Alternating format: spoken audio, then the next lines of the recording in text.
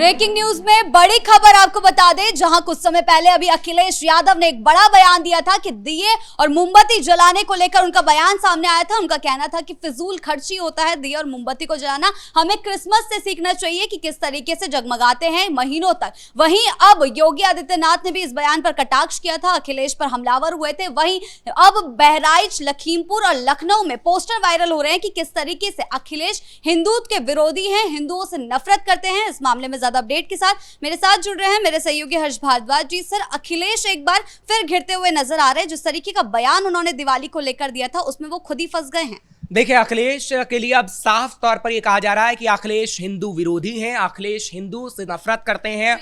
और ठीक मुलायम सिंह यादव जैसे हिंदू से नफरत करते थे, वैसे ही अखिलेश यादव भी हिंदू से नफरत करने लगे हैं। देखिए, ये मुद्दा खुद अखिलेश यादव ने बीजेपी को दिया है और लगता नहीं है कि ये मुद्दा विधानसभा चुनावों तक ठंडा पड़ने वाला है या ठंडे बस्ते में जाने वाला है, क्योंकि जिस तरीके से कहा गया था कि दिए जलाने से क्या होगा, फिजूल खर्ची है, लेकिन वो ईद पर ऐसी बात नहीं बोलते हैं। ईद पर आपने हमेशा देखा होगा, उससे पहले इफ्तार पार्टी में जाते हैं और ईद की सबसे पहले बधाई देते हैं। लेकिन जब रामनवमी आती है या फिर दीपावली आती है तो उन्हें फिजूल खर्ची नजर आती है। और कहीं ना कहीं बीजेपी ने तो कई पोस्टर ऐसे भी लगाए हैं कि जब आप की सरकार थी तो आपने हज यात्रियों के लिए ज्यादा पैसा खर्च किया, आपने किस तरीके से मस्जिदों के लिए ज्यादा पैसा खर्च किया और मस्जिदों पे जो कवर लगाए जा रहे थे और मुसलमानों के वोट बैंक हासिल करने के लिए, क्या वो फिजूल खर्ची नहीं था? और यही पोस्टर कहीं ना कहीं लखनऊ के अंदर, लखीमपुर खीरी, बहराइच, कई और जगह बीजेपी लगा रही है।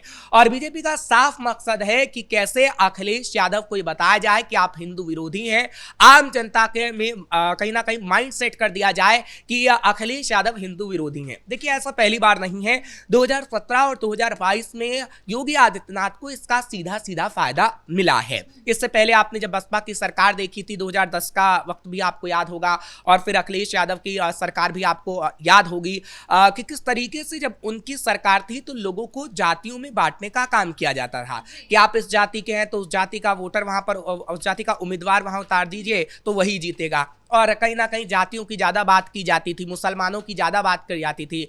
लेकिन योगी आदित्यनाथ ने एक ऐसा समीकरण बनाया कि सभी जातियों को एक करके कहा कि आप सब हिंदू हैं, चाहे वो दलित हों या फिर अन्य जाति के लोग हों, और तमाम हिंदुओं को एकजुट करने का काम किया। उन्होंने साफ तौर पर ये नहीं देखा कि उनसे मुस्लिम नाराज होंगे या क्या होंगे, क्योंकि देखिए, मुस्लिमों का विकास उन्होंने सबका किया, चाहे वो मुसलमान हो चाहे फिर हिंदू हो, लेकिन अपना उन्होंने एजेंडा हिंदुत्व का सेट किया।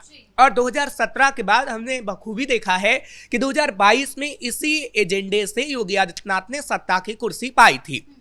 हालांकि जब लोकसभा चुनाव हुए तो लोकसभा चुनाव के दौरान हिंदुत्व के एजेंडे से थोड़ा योगी आदित्यनाथ पीछे हटे और उन्होंने विकास की बात ज्यादा कर दी, जिसका नुकसान योगी आदित्यनाथ को हुआ था। और योगी आदित्यनाथ एक बार फिर से अब हिंदुत्व का एजेंडा चलना चाहते हैं, क्योंकि उसका फायदा योगी आदित्यनाथ को होता रहा है। सीधा उनका बयान भी सामने आया था, हमें देखने को मिला। उन्होंने सीधा कहा कि अखिलेश यादव जो हैं सिर्फ राम मंदिर या राम जी से नफरत नहीं करते, अब उन्हें दिवाली से भी नफरत हो गई है। देखिए, इस बयान का कहीं ना कहीं फायदा तो बखूबी बीजेपी को होने वाला है, क्योंकि आपने देखा है कि लोकसभा चुनाव में जब उत्तर प्रदेश से सीटें कम हुई हैं, उसके बाद तो योगी आदित्यनाथ किस तरीके से चाहे विधानसभा के अंदर बोलते हो या फिर किसी रैली में बोलते हो, वो महाकुंभ का जिक्र करना नहीं भूलते, वो संभल का जिक्र करना नहीं भूलते, अब बरेली का जिक्र करना भी वो नहीं भूल रहे हैं। यानी वो दिखा रहे हैं कि किस तरीके से कट्टरपंथी लगातार बसपा और समाजवादी पार्टी की सरकार में बवाल मचाने की कोशिश करते थे।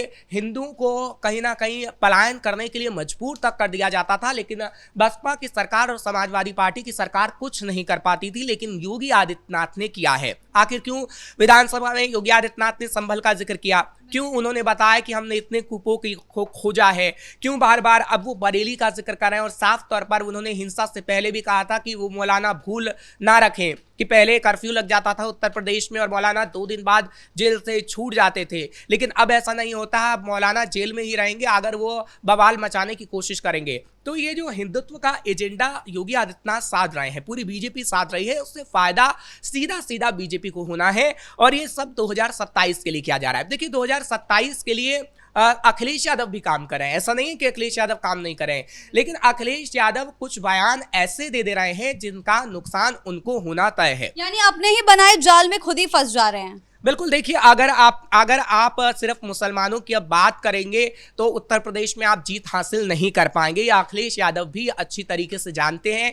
इसलिए कुछ दिन पहले उन्होंने जब पीडीए की बात की थी तो पीडीए में ब्राह्मण भी उन्होंने जोड़ा था, जब प्रेस कॉन्फ्रेंस बाकायदा उन्होंने की थी। हालांकि बाद में इस बात को वो धीरे धीरे समेटते गए कि कहीं इससे उनको नुकसान ना हो जाए, लेकिन अखिलेश यादव भी बखूबी जानते हैं कि अगर वो सिर्फ अभी मुसलमानों को साधने की कोशिश करेंगे तो वो पूरी तरीके से सरकार नहीं बना पाएंगे। पहले वो लोगों को जातियों में डिवाइड करते थे और उसी का फायदा उन्हें होता था कि चलिए एमवाई समीकरण बना लिया, यादव हमारे हो गए, मुसलमान हमारे हो गए, तमाम दलितों को हमने अपना कर लिया। और इसी से कहीं ना कहीं मुलायम सिंह यादव भी जीत हासिल करते थे और अखिलेश यादव ने भी मुख्यमंत्री वो बने हैं। लेकिन अब ऐसा नहीं है। योगी आदित्यनाथ ने जो समीकरण बनाया वो समीकरण अभी भी चल रहा है। हाँ, आप ये ठीक कह सकते हैं कि लोकसभा चुनाव में अखिलेश यादव को जरूर फायदा मिला है, लेकिन लोकसभा चुनाव और विधानसभा चुनाव का पैटर्न हमेशा से अलग होता है और विधानसभा चुनाव का पैटर्न उत्तर प्रदेश में हमेशा से अलग रहा है।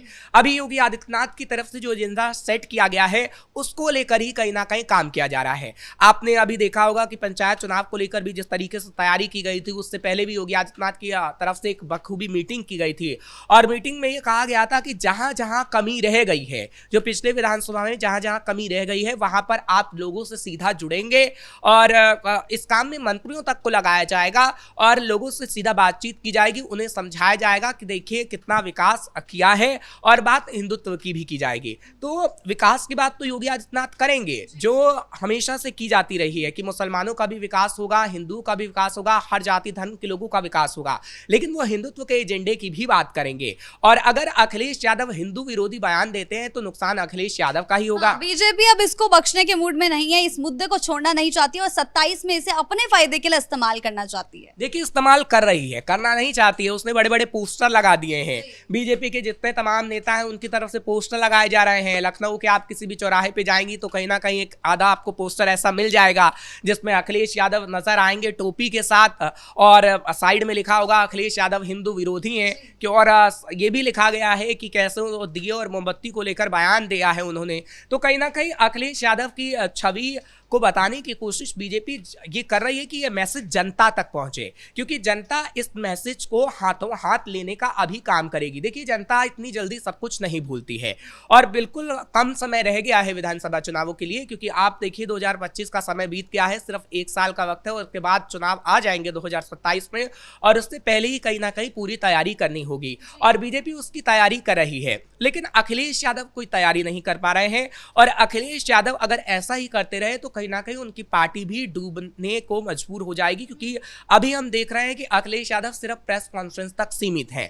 अखिलेश यादव ने कभी भी कोई ऐसी बात नहीं की है जमीनी स्तर पर जाकर। अभी सैफई के अंदर जब वो कार्यक्रम के दौरान गए थे, दीपावली मिलन का कार्यक्रम था, तो सैफई के अंदर उन्होंने मुसलमानों से मुलाकात की और मुसलमानों के लिए मंच लगाने में ही उन्होंने पता नहीं कितना पैसा बहा दिया होगा। इसको लेकर भी बीजेपी ने सवाल उठाया है। तो आप दिवाली मिलन कार्यक्रम में गए लेकिन आपने हिंदुओं से मुलाकात ना करके सैफई में मुसलमानों से मुलाकात की है, तो आप क्या दिखाने की कोशिश कर रहे हैं? पोस्टरों की जंग छिड़ी हुई है तो दूसरी ओर सपा ने भी एक पोस्टर वायरल किया है जिसको देखकर लग रहा है कि वो डबल इंजन की सरकार की जगह अब उन्होंने अपने तरफ से जारी किया है प्रबल इंजन। देखिए, प्रबल इंजन की सरकार वो नहीं बना सकते। प्रबल इंजन की सरकार तभी बन सकती है जब आपके नेता जमीनी स्तर पर काम करें और आप जमीनी स्तर पर काम करें।